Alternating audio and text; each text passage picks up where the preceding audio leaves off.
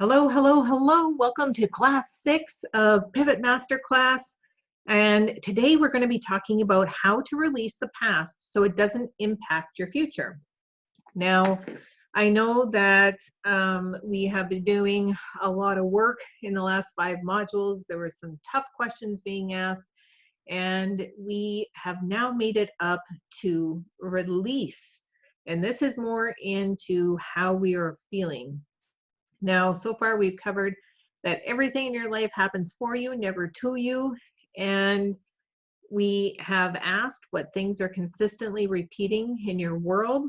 We've discovered what is your currency, what's motivating you, what thoughts are not serving you. And then in the emotion class, we were trying to figure out what feeling is prominent in your day and digging in and journaling it, and so that you can really get an idea of what the pattern is. Have you figured out yet what you can change? It's an interesting thing when you can start detecting the patterns, but they're hidden in your subconscious mind for a reason. And our bodies have a way of trying to keep us comfortable, and sometimes being comfortable even when it isn't comfortable is comfortable because you know what to do. You're used to the feeling. And that's why a lot of times people stay trapped in a cycle of what they don't want, because at least they know how to deal with it, even when it's something that they absolutely can't stand. So figuring out what you want to change is key. Some of the tools, some of you had gone out and ordered the journal. I'd be excited to see how things are going with that. And some of the ways to tap into the patterns that you got is through meditation. That can bring some great awareness. I always recommend to start your day with meditation. Journaling is super powerful. And in the workbook, I talked about how you start your day, the tasks, the emotions, the wins, the affirmations, the thoughts, the intentions. Making sure to move is critical, because when we feel good, physically, we feel good emotionally, and we can think clearer. Reflecting is a great way to figure out how to do things better. And of course, gratitude is magic when you can tap into that. Everything seems to just flow with ease when you have gratitude meditation. So when you're implementing all of those things, it can still feel hard to let go. It feels like you're grinding your wheels and things aren't working, if anybody has been in that space. And when we are working on specific projects, sometimes it can be really exciting and it's great. But there's other things where no matter what you try, it's like you're grinding your wheels and you're pushing and pushing and pushing and it's not working. And why is it so hard to let go of those situations? And when you dig underneath or scratch the surface of that, you're going to find out quickly that most times you're going to have to look back in order to be able to release what you need to, and so that you can move into the future, because the body remembers what the head forgets. If you've known me for any amount of time, I say that often. And its priority is to avoid physical, emotional, and mental pain, because it didn't like feeling it in the first place. And so when I say the body remembers what the head forgets, you've got access to 10% of your thoughts. 90% is your physical. And with that 10% of your conscious mind, the 6 things that I recommend that you really, really focus on are reactions, emotions, situations, relationships, your comfort level, and your thoughts. And the reason why I picked those 6 things is because those are the 6 key elements that can lead you to the 90% of your subconscious mind if you're trying to think this out. Now, everybody, I'm sure, has heard about the law of attraction, right? How you think, positive thinking. Well, that's great. It's 10% of your conscious mind. If you got 90% of your subconscious mind running your ship, that's your guide, your GPS, 10% isn't going to get you too far. So we have to find a way to shift what we can use with that 10% to really impact the 90 and develop a new habit, and so that you can feel great 90% of the time. And so first off, your reactions to things. What are your triggers? And so once you detect these, you can really start to understand that there's a pattern forming. And once you can find that pattern, keeping in mind, it is your automatic, right? It's when you're dealing with a reaction, you're not thinking about it. It's your auto reflex. And so getting aware and paying attention to these things, it's not easy because it's your second nature. So detecting them can be a bit of a challenge. That's why it's important to pay attention to it. Emotion. What are you feeling and why? So a lot of times, if we've been treated badly, or there is a situation where we feel the need to defend ourselves, we can have a negative emotion. But the question isn't how you're feeling. The question is, why are you feeling it? Why are you putting so much emphasis into that specific emotion? Why is it important? And what does it prove? Right? And so a lot of times we hold on to the negative emotion with everything that we got to prove that we're right. But why is right important? If right is important and it's making you miserable, why are you fighting for miserable? Why aren't you fighting for happy with just as much power and strength or more? Because the goal is to be happy, is it not? And so it's hard and it's not fun, because a lot of times we want to be able to justify these things. And so it's important to just step back, not from a place of needing to be in the middle of it, but just if you can look at it from a detached space. And so it's almost like you're viewing it. It'll give you a better perspective, because when our nose is right up against the wall, right, it's kind of hard to see the whole picture. So if you just step back and take a glance at it from a bird's eye view, you can probably figure out your reaction and your emotion a little bit easier, because distance helps any situation. Situations that are showing up, especially if they're repeating situations, the question is why. I mean, most times we have to be, well, every time we have to be a vibrational match in order for something to happen. So if you find yourself in similar situations repeatedly, what are you doing to attract them? That's a tough question to answer as well, but it's necessary if you want to have change. Relationships. How are people treating you?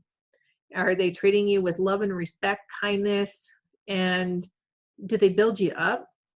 Or are you surrounded with some relationships that are making you feel bad about yourself, or that you have to prove, or like codependent, any of those things? So looking at those relationships is key in order to be able to figure out how you're feeling about yourself.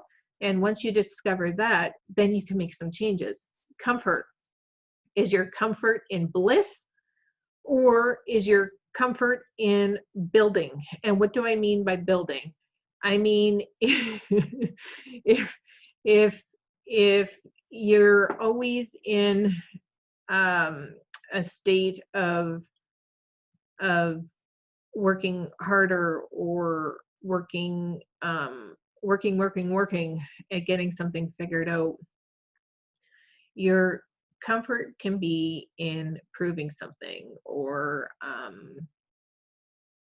being busy, or workaholism, or addictions. It's just it's the fast forward train, right? It's the it's your moving to forget situation, and that can always come from a place of not feeling enough.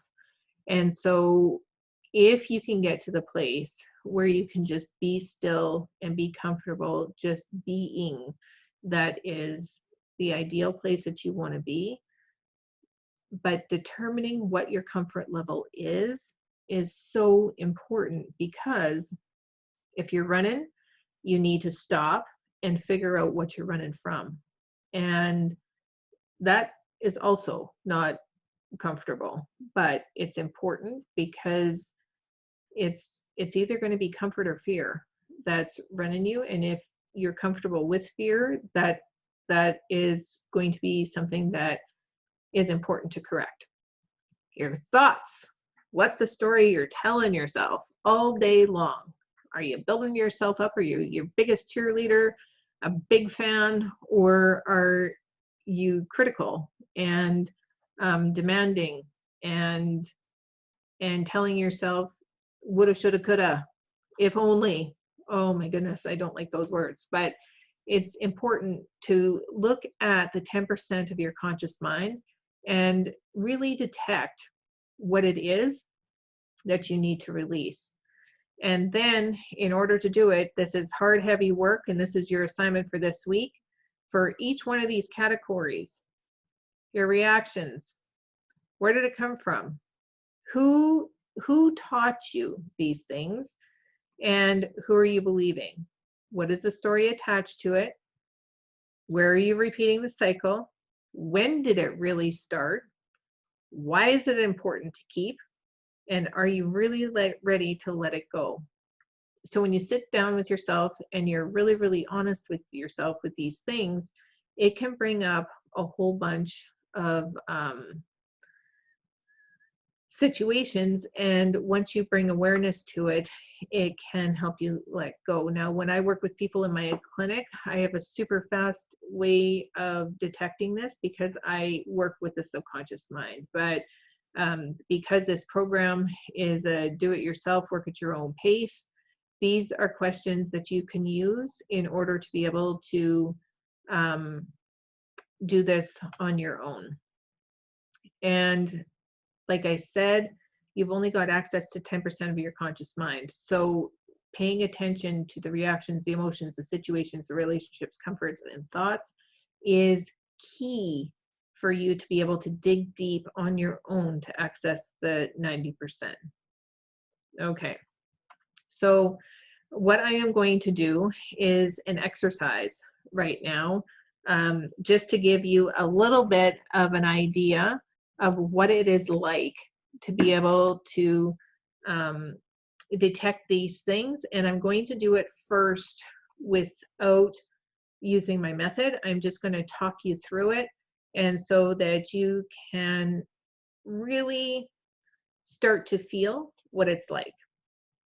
Okay, and for this one, I am going to pick on a situation. Okay, so when I ask you these questions, I just want you to close your eyes, sit back and relax.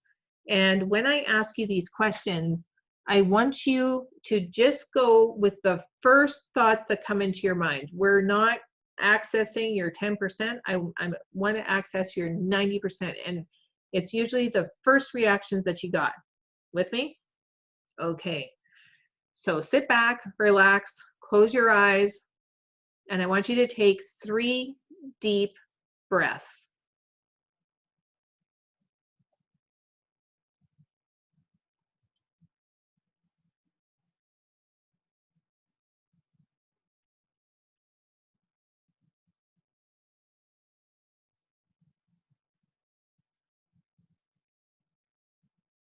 Okay. Now, when I ask you these questions, I want you to go with the first thoughts that come into your mind. I don't want you to be psychoanalyzing yourself, just the first thoughts.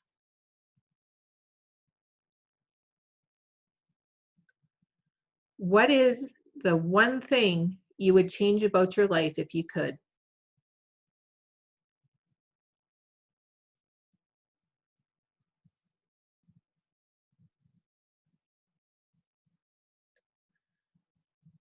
this one thing, the situation that you're in, how long have you been dealing with this?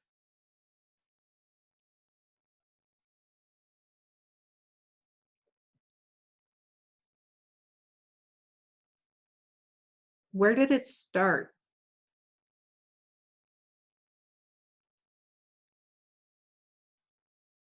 In the beginning, who, what, or when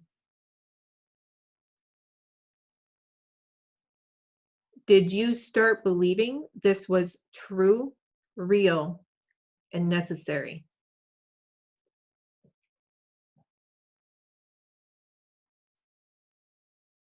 What is a story that you've believed that keeps this situation in your life?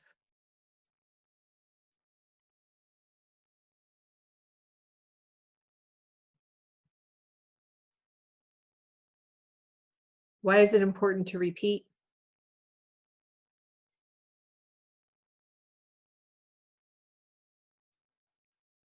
Why is it so important to keep?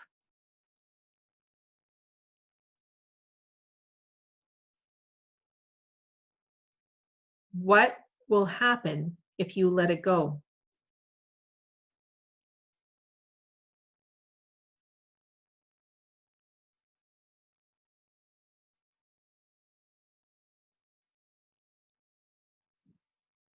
Is that true?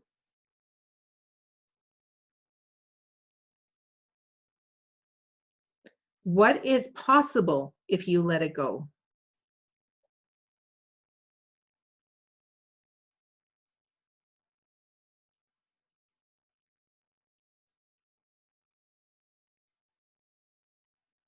What improves if you let it go?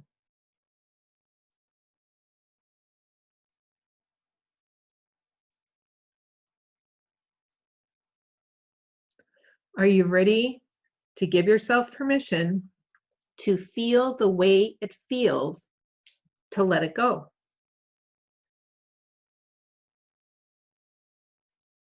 If your answer is yes, are you ready to let it go?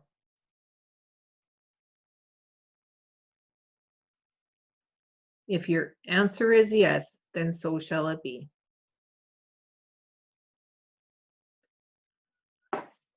And when you work with your mind giving you those automatic answers, it's so much easier because you're not coming from a place where you are trying to be in control. You're coming from a place of what your soul really wants for you. And it is so important to be able to just shut things off and work from that space. Now, if that worked for you, that's great. And if it didn't work for you, it's likely because of overthinking. It's trying to make things work. And I mean, we're all guilty of it sometimes. So um, the difference between thinking it out and actually releasing the emotion tied to an old memory stuck in the past, it's powerful when you can actually access the subconscious mind. So for this, I am still going to work with the situation, that one situation. For anybody that hasn't been able to release it, I want you to look at that specific situation, and I want you to rate it on a scale of 1 to 10, how much it's impacting your life. Okay? When you have that number, I want you to think, when did that situation start impacting your life?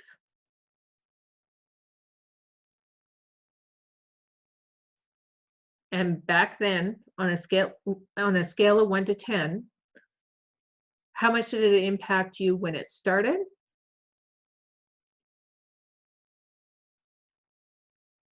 And where's it at today?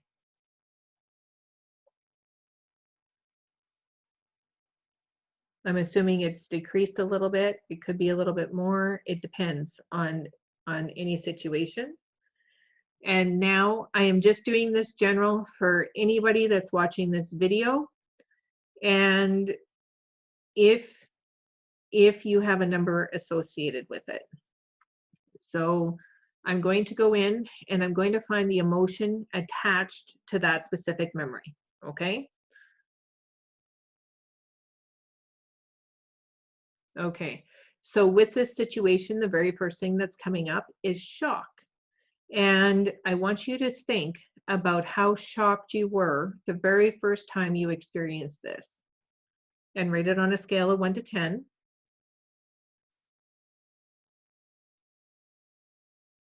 And when you think about it now, is it still impacting you?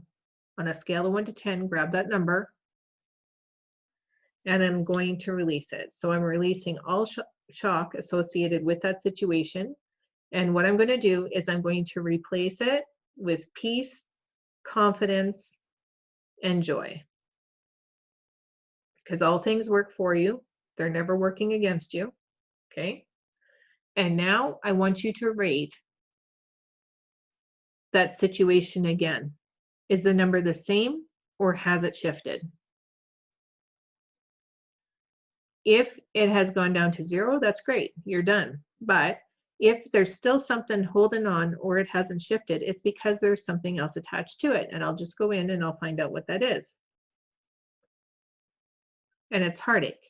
So what I'm going to do is I'm going to release the heartache tied to that situation, and I'm going to replace it with unconditional love, joy, peace, and confidence. Now, I want you to rate that situation one more time on a scale of 1 to 10. Is it reducing? If the number's down to 0, that's great. It's been clarified. If there's still something hanging on, we're going to go in and find it.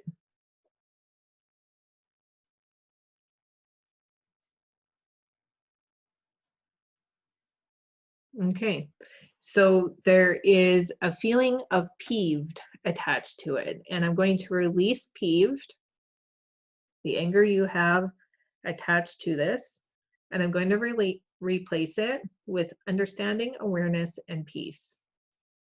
Okay, and now where's the situation on a scale of 1 to 10? Is it still the same or has it been reduced? If it's been reduced down to a 0, that's great. And if there's something still attached to it, it's okay. Just go back and answer the questions, because this is the end of my demo for you today. And anything that we have released, any place where that emotion has been taken out, I have replaced it with love, joy, peace, confidence, and trust. And so that all things good are filling up that space. And so, as you can tell, when you are trying to release, when you try to think it out, it's a lot more difficult than being able to work directly with the subconscious mind. And so next week, we are going to dive into perspective. I can't wait to talk to you about this because it is one of my favorites. It changed my world when I was able to get into understanding things from a different view. So thanks for watching today, and I'll see you again next week. Bye for now.